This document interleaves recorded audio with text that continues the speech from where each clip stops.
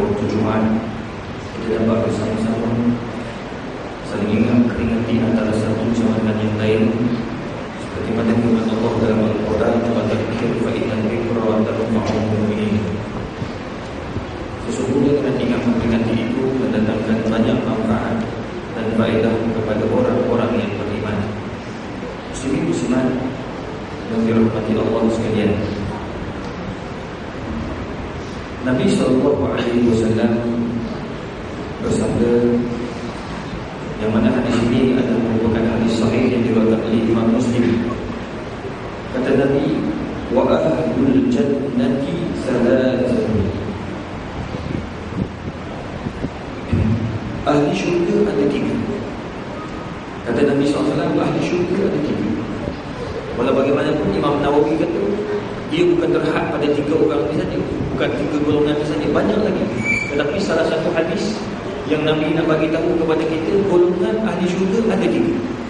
Pertama, kata Nabi SAW, "Dzu sultanin muqsitin mutasaddiqin wa muwaffiq." Kata Nabi SAW, ahli syurga itu merupakan orang yang ada kemampuan atau yang ada tanggungjawab. Mudah cerita, orang ini mempunyai jawatan. Kata Nabi, "Zu sultanin", yang ada pangkat, yang ada jawatan, muqsitun, dan mereka ini amanah dengan jawatan tersebut. Maknanya kalau dia pegang jawatan sebagai ketua kepada sebuah organisasi, maka dia kena amanah dengan jawatan yang dipegang. Maknanya para ulama sebut, selain daripada amanah, mereka ini juga muwaffiq, golongan yang menyampaikan amanah kepada yang sepatutnya. Bila dia naik pangkat, dia duduk di satu jawatan, dia cuba sedaya upaya untuk tolong orang bawah naik sama pangkat dengan dia. Bukan jadi yang duduk di atas, dia naik ke atas, dia tak nak bagi orang lain naik pangkat. Dia duduk tak sampai katakan jusa C, contoh. Bila duduk jusa C ni, banyaklah dia punya opportunity. Banyak dia boleh dapat datuk, dia boleh duduk ada driver mungkin. Kalau UKM, jusa C tak dapat driver lagi, bawa kereta sendiri. Jusa B baru dapat kereta, baru dapat driver. Tapi kalau di Putrajaya ni, jusa C ni mungkin dah dapat lah kot. Sebab ada kawan-kawan tak dapat, alhamdulillah sukalah duduk kat belakang sejuk. Tak, jadi tak penting bawa kereta, jam pun dia boleh tidur, grabber tak boleh tidur. Jadi nak cerita, bila duduk dekat pangkat tu, bila dia sampai ke atas tu, dia kena fikir, macam mana aku nak naikkan orang-orang bawah yang hebat juga. Jangan pula dia duduk di atas, kita kena naikkan lagi syarat-syarat untuk naik pangkat. Dulu katakan nak naik pangkat, dia mesti kursus 5 kali baru boleh naik jusasi, contoh. Lepas tu bila dia naik jadi jusasi, dia naikkan pangkat, dia naikkan syarat daripada 5 kali kursus jadi 10 kali kursus. Mana dia mudah, dia menyusahkan orang lain. Jadi orang ini bukan orang yang tergolong daripada ahli syurga. Golongan ahli syurga, dia jadi pemimpin, dia jadi yang amanah, kemudian dia memudahkan orang bawahan untuk naik bersama-sama dengan dia. Ini sangat penting, tuan-tuan dan puan, yang kadang-kadang kita terlupa pandang. Yang kedua, kata Nabi SAW, "Rajulun rahimun raqiqul qalbi li kulli dhi qurba wa muslim." Kata Nabi SAW, golongan ahli syurga yang kedua, lelaki ataupun perempuan, yang mana mereka ini, kata Nabi SAW, rahimun, mempunyai sifat kasih sayang. Maksud sifat kasih sayang, saling tolong-menolong dalam melakukan kebaikan. Wa ta'awanu 'alal birri wat taqwa, saling tolong-menolong untuk melakukan kebaikan. Nampak orang susah, kita tolong. Nampak ada program agama dekat masjid dan surau, macam tadi diumumkan oleh pengurusi sebentar tadi. Nak maklum, adanya program agama, adanya program-program yang baik, maka kita kena saling tolong-menolong untuk menjayakan program tersebut. Ini merupakan salah satu daripada tanggungan, sebab ia merupakan rajulun rahimun, orang yang ada perasaan, yang ada kasih sayang antara satu sama lain, tidak melakukan perkara-perkara yang boleh menyebabkan perbalahan itu berlaku antara orang Islam. Raqiqul qalb, dan kata-katanya lembut, dia tidak memaki hamu. Ini ahli syurga. Kalau dia bercakap dengan kasih sayang, dia bercakap dengan lemah lembut, dia mengajak orang untuk melakukan kebaikan dengan cara yang berhikmah. Itu sebab Nabi SAW, tuan-tuan bacalah sejarah dia. Bacalah sejarah Nabi SAW. Antara kitab yang kita boleh rujuk, Syama'ir Ar-Rasul. Syama'ir Rasul, akhlak Nabi SAW. Tidak pernah daripada Nabi lahir sampailah Nabi SAW wafat, tak pernah keluar daripada kata-kata Nabi SAW perkataan yang menyakitkan hati para sahabat. Tak pernah. Sebab Nabi ni dia bercakap dengan lemah. Orang maki, dia diam. Orang kata yang boleh pelik kepada dia, dia buat tak tahu. Bahkan ketika Abu Talib meninggal dunia, ketika itu tuan-tuan perempuan yang dikasihi sekalian, Abu Jahal, Abu Lahab buat pelbagai jenis kejahatan kepada Nabi. Antaranya meletakkan salah jazu, meletakkan kita katakan perut unta, hasil yang dalaman unta ni dia letak atas kepala Nabi SAW. Yang buat adalah Fatimah. Tak ada pula Nabi pergi lawan, Nabi pergi balas balik, dia letak perut atas perut unta dalam atas kepala aku letak tai unta atas kepala dia. Tak ada. Nabi tak lawan, tak balas dengan kejahatan yang sama. Ini akhlak Nabi SAW. Jadi dia raqiqul qalb. Nabi lembut hati, dan Nabi ini mudah memaafkan, dan Nabi sentiasa mengajak dalam keadaan yang baik. Raqiqul qalbi li kulli dhi qurba wa muslim. Dan lebih baik lagi kalau dia buat baik dengan ahli keluarga. So kita kena tengok juga tuan-tuan. Kadang-kadang kita baik dengan jiran tetangga, kita baik dengan kawan-kawan di masjid dan surau, kita baik dengan kawan-kawan di pejabat, tetapi kita berbalah dengan adik-beradik. Kita tak menegur siapa antara adik-beradik. Kita tidak tegur mak kita, tidak tidak tegur ayah kita. Maknanya kita ni bergaduh dengan keluarga, lebih lagi jauh daripada syurga Allah Subhanahu wa taala. Maksud hadis ini tuan-tuan yang kedua tadi, rajulun raqiqul qalbi li kulli dhi qurba wa muslim, iaitu orang yang baik hatinya, yang baik akhlaknya dengan ahli keluarga dan juga orang-orang yang beragama Islam. Manakala yang terakhir tuan-tuan dan puan yang dikasihi sekalian,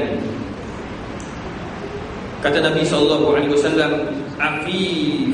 afifun muta'affifun li'iyalih atau kama qala. Golongan yang ketiga, orang yang sentiasa menjaga maruah diri dia, maruah keluarga dia, maruah orang Islam. Itu sebab ni tuan-tuan dan puan, kita hari ni kita duk baca dalam surat khabar isu anak luar nikah. Kita lihat dalam surat khabar bayi-bayi yang dibuang, bayi-bayi yang dibunuh, diletakkan di dalam tong sampah, yang dibuang di dalam di dalam tandas dan seumpamanya. Sama ada di sekolah, di universiti, dekat pejabat-pejabat, dekat hutan, buang anak-anak. Kenapa hal ini berlaku? Sepatutnya kita kena ambil satu pengajaran bahawa Allah nak tunjuk kepada kita ni di akhir zaman. Kita kena fikirkan apakah mekanisme untuk mengatasi masalah-masalah gejala sosial di kalangan masyarakat kita. Kita tidak boleh tengok, tak apalah, itu bukan anak aku.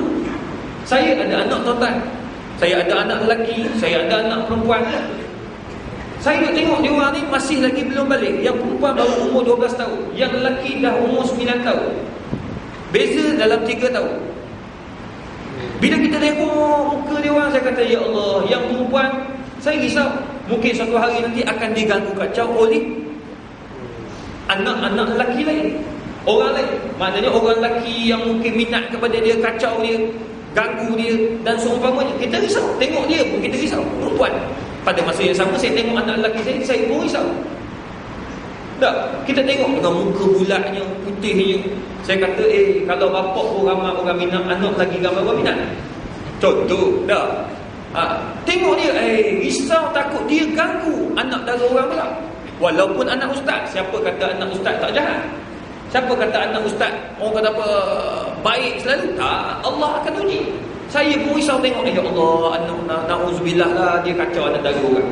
Tak mustahil. Sebab ini manusia. Itu sebabnya Allah Subhanahu Wa Taala tidak mewarisi keimanan daripada bapa kepada anak. Kalau bapa tu guru, anak dia itu guru, tidak. Bapa orang alim, anak jadi alim, tidak. Bapa orang baik, anak jadi baik, tidak. Tetapi perlu kepada mujahadah, perlu kepada usaha. Itu sebabnya Allah jadikan Islam itu indah. Allah hantar Nabi Muhammad. Bersama Nabi Muhammad ada Al-Quran. Bersama Al-Quran ada sunnah Nabi. Jadikan kedua-dua ini sebagai cara hidup kita, tuan-tuan. Cukup menarik kalau kita lihat hari ini macam mana kita nak selesaikan masalah sosial. Tak lain dan tak bukan. Pertama, kita tarik anak-anak muda kita biar datang ke masjid. Saya lihat hari ini alhamdulillah dekat Putrajaya sudah hebat dengan program-program ilmu. Tu terang saya cakap. Sebab saya dengan orang Putrajaya ni, dengan surau Putrajaya ni hampir dekat 8 ke 9 tahun dah. Daripada kita mengajar 5 orang kat tempat ini mengajar fiqh. Dan hingga hari ini sudah hampir dekat 500-600 di hadapan setiap kali kuliah maghrib. Sebulan sekali atau sebulan 2 kali kita tengok. Lepas tu kita tarik pula Habib Ali Zainal Abidin mengajar Sahih Al-Bukhari dekat apa? Presiden 8. Kan Sultan Al-Amin. Penuh orang datang. Perempuan mahu, lelaki mahu. Maknanya sekarang ni perubahan telah berlaku. Anak-anak muda dah minat kepada Islam. Anak-anak muda dah mula minat kepada agama. Maka kita semarakkanlah program-program agama dekat Putrajaya ini. Bagi hidup.